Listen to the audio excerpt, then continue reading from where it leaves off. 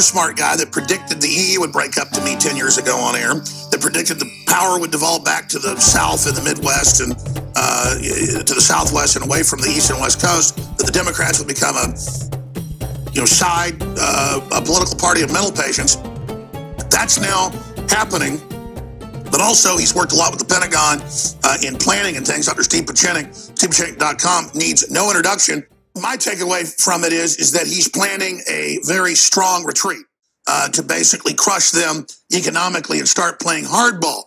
I'm kind of in a quandary here, but Trump always told us what he was going to do, that he never lied to us. He hasn't lied to us, but he said, I will not tell the enemy what I'm going to do, and I will be, I don't want to say deceptive, but I will put all options on the table when we do something militarily. Dr. Pieczenik, that's a mouthful, but is that somewhat accurate or is that wrong? It's completely wrong. Not only has the president lied to the American public, but more importantly, the generals, Mattis, McMaster's, the people we helped to put in have lied to themselves and to the American public. These are generals who know better than to say that more troops putting into a constant war and insurgency will clean out the area, Afghanistan, when I've been in Afghanistan. They don't know the history. Trump again repeats that we were attacked in 9/11. This is always about 9/11. I told you from day one. When I came on this show, it wasn't about Breitbart or Bannon or any of the guys. It was about guys like me and others who said these generals are cowards. They're moral, intellectual cowards. I've known that about McMaster because we paid him. I knew that about Mattis. But I had warned my men in G2, you put these guys in and they act in a different way, I will turn against you and I will have every American turn against you because this is a disaster. There is no strategy. Putting in more men, McMaster is an idiot. He knows very well does nothing. The effect that you're going to put pressure on Pakistan is absurd. The Pakistani, and Pompeo is the smartest, knows that this was created by ISI, the Inter-Service Intelligence Agency, and the CIA then created the Inter-Service Intelligence. Now, let me just get further. There was no terrorist attack from Afghanistan or Iraq, and these generals know it. They're lying. They're moral cowards, and they're ineffectual. And I say that as a former Rear Admiral and a military officer who resigned my commission with honor, and I find them disgraceful. This is the most absurd thing you could have done. Trump is now on notice that we will work against him. The alternative right and the Tea Party started with guys like me and Steve Quayle and others in Montana said, this is enough. This 9/11 was an inside attack by CIA. Furthermore, not one of those generals knows any idea how Karzai came in there. I was there the day Zalmay Khalilzad, the neocon who was born in Afghanistan, a CIA operative who worked for me in the West Bank and Gaza, a total moron who never did anything productive in his life, brought in Karzai into Afghanistan. Where did and then his heroin-dealing brothers. But I'm trying to be positive and put out all sides, because here's the thing, Dr. Pieczenik. He's done some bad things, a lot of good things too, and I see the globalists hating his guts. Is this the beginning of the sellout by him, like Bannon has kind of signaled this isn't the same administration? What are you saying is really happening? What's really happening is Bannon was correct, that our military is creating a self-delusional scenario. McMaster has never won a war. He wrote a book which shamefully tells about dereliction of duty, and he's committing the very dereliction of duty. He knows that. In order to increase his prestige and his presence, he's brought in Mattis, also, who never won a war. Every one of those generals had been out of Iraq. They came in right after. I understand. Generals always want to fight the war that everybody's lost to prove they can do it. So isn't this a different strategy, or are you saying it's all bull? It's bullshit. The real created by the CIA. The real ISI was created by the CIA. The real Al-Qaeda was created by the CIA. What are you talking about? We don't have a war on terror. This is 16 years of insurgency in a place that's not even a country. McMaster knows that. Mattis knows that. I've been in Afghanistan. I understand, but you're saying, I understand you have, but you're saying Trump then, the thing Trump made a big mistake. He should have gone with his impulse. He knew better not to listen to the general. Well, you notice he said that. Did you watch the speech where he said, my instinct says don't do this? I don't care what a man says. I care what a man does. And he went against his instincts. He was brought in for his instincts, not to hear the generals. And we actually helped the generals to come in to stop a war. That was my mistake and others. But we will get rid of these generals. They should have been court-martialed for the arrogance and the stupidity and the number of lies. Let me stop you then, because I want to look at this then as if you're right. How did they get him to do this when he's very pig-headed and always does what he thinks is best? Because you got to remember, when his father wanted to get rid of him and put him into disciplinary action, he was sent to a military academy. He then refused to serve in Vietnam. So he basically looks to generals as if they're their mentors and fathers. These generals are what I call idiot savants.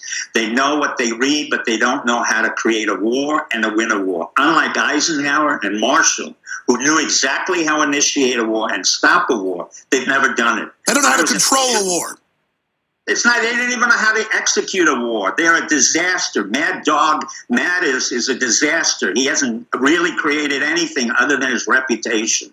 He reads all these books. Well, let me stop you again. You seem really mad. The military sources I've talked to are disgusted by this. And there are a lot of really, right-wing anti... Men will die. Men will die. Trump has now created a greater graveyard for our men, which shouldn't have been there in the first place. It's absolutely... But what about his argument? What about his argument that since we've lost so many troops, we've now got to win this? The only way to win it is to kill everyone in Afghanistan.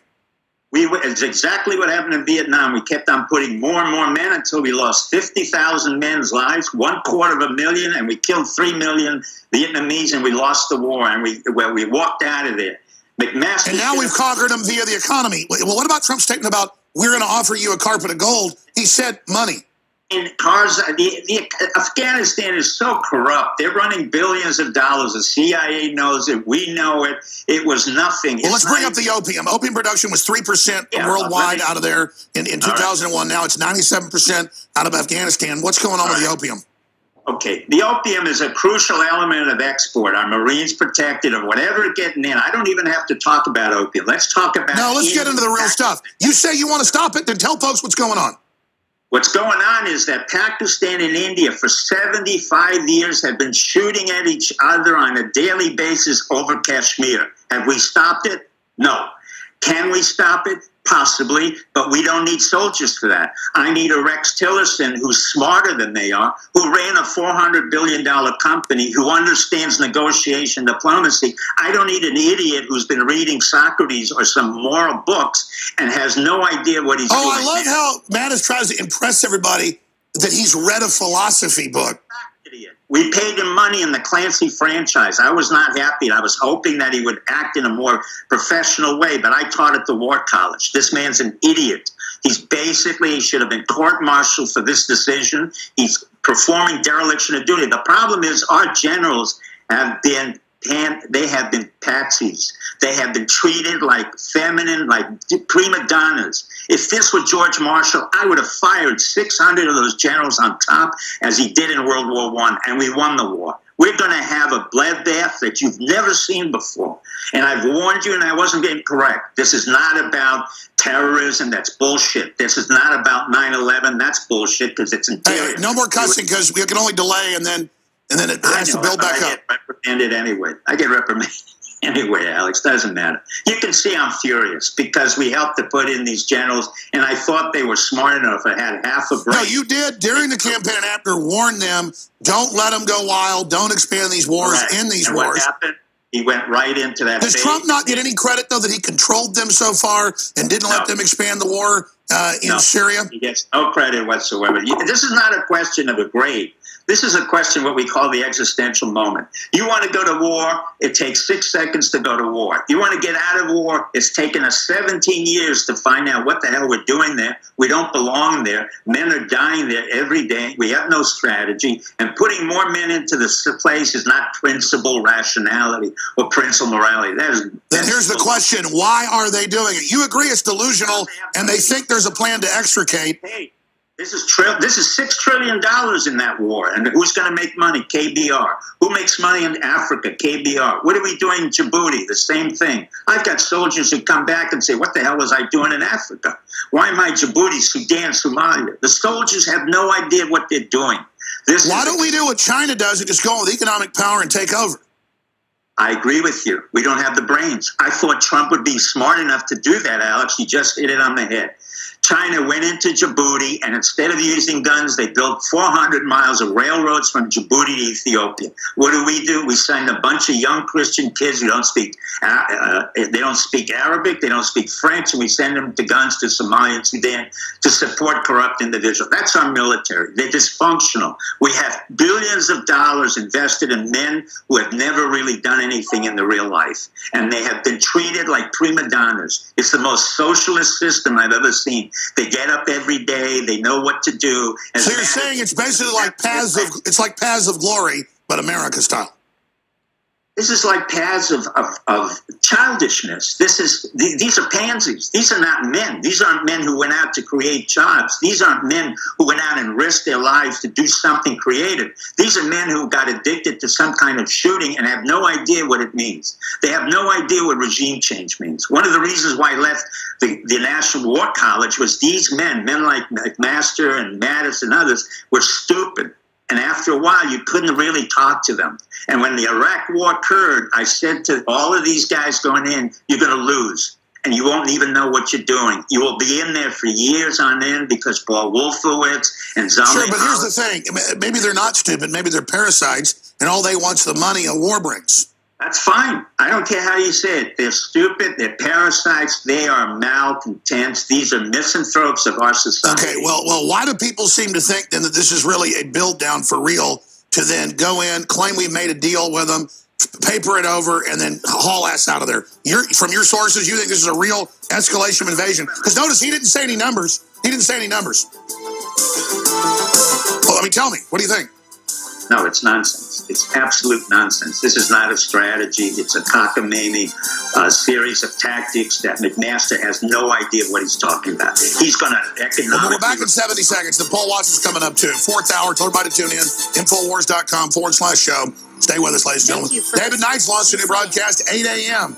I want to get Pieczenik on tomorrow for a full hour with David if David wants him on. I bet David does. Finish up your points, Dr. Pieczenik. I'd like to invite you back on tomorrow during David Knight's transmission. Be happy. The two accidents that occurred in Singapore and in Japan Harbor is indicative of how incompetent we have had in terms of our Navy leadership, our commander in the Pacific. I mean, these are people who are not trained to do what they're supposed to do on an ordinary day. We have young men and women who are going into combat. They don't know what they're shooting at. They have no idea what the issues are. The generals make up these nonsensical stories and theories that are absurd. These generals knew damn well that 9/11 was an inside job. The CIA did it. Even the general who was involved had to confess it to me because I oversaw these boys. And now they say, oh, this is a retribution for 9/11, for terrorists in Afghanistan. Let me tell you, Zalmay Khalilzad brought in the Taliban when I was in the Deputy Assistant Secretary of State under Bush Sr. and Reagan, and he brought them into the White House. Now, would you bring the so-called terrible Taliban into the White House to meet Reagan? How do the generals explain that? How do the generals explain that Karzai was brought in by Zalmay Khalilzad, who's never fought in our country, a CIA operative trained at the American School in Lebanon, and brought in Karzai from Silver Springs, Maryland, a delicatessen? No, I'm saying because we've run these people to a certain extent, now if we actually turn them off or kill the ones that aren't working with us, then we could actually have peace. I think that's what Trump may be trying to do. No, Trump has no understanding what wars are about. He has no understanding what it means to begin a war, to complete a war. Neither of these generals, none of these generals were involved in finishing a war. They're not like Eisenhower, who went in, commanded the European alliance, went to Korea, stopped the war, and that was it. Same thing with George Marshall. We don't have that kind of brains here. What we have, what I call factidioten, or idiot savants. They read books, they make believe they're scholar warriors, and I got to tell you, I supported some of them because I thought they would stop Trump from being impulsive and going to war. I was wrong. I was wrong. That's why I'm furious. Because instead of doing their duty to the Republic, not to themselves, to the Republic is in no way in danger from anybody in Afghanistan and Iraq. That was evident after 9/11. So what do we have? a regurgitation of some nonsensical theory with nonsensical strategy that doesn't even exist. And I will guarantee you we will have another bloodbath, because already many men have died. They don't want to talk about the guys who are off record, the ones who come in under either Blackwater or Prince. I knew Prince. He was talking to a bunch of us intelligence officers. All he cared about is to have a cheaper war on the come. And basically, if you look at his history as a SEAL, he was pretty pathetic. He was not a great SEAL. He was not even great in his training. You can ask a lot of guys who worked with him. So what you have here... Pieczenik, listen, I'm sure David is going to have you on. I want to have you back on, because you're wound up. We want to hear this. Tomorrow, 8 a.m. Central, let's get you on with David Knight at Infowars.com/show. The feeds are all there, and Stacey's starting to pick it up. Paul Watson's coming up straight ahead. We'll be back.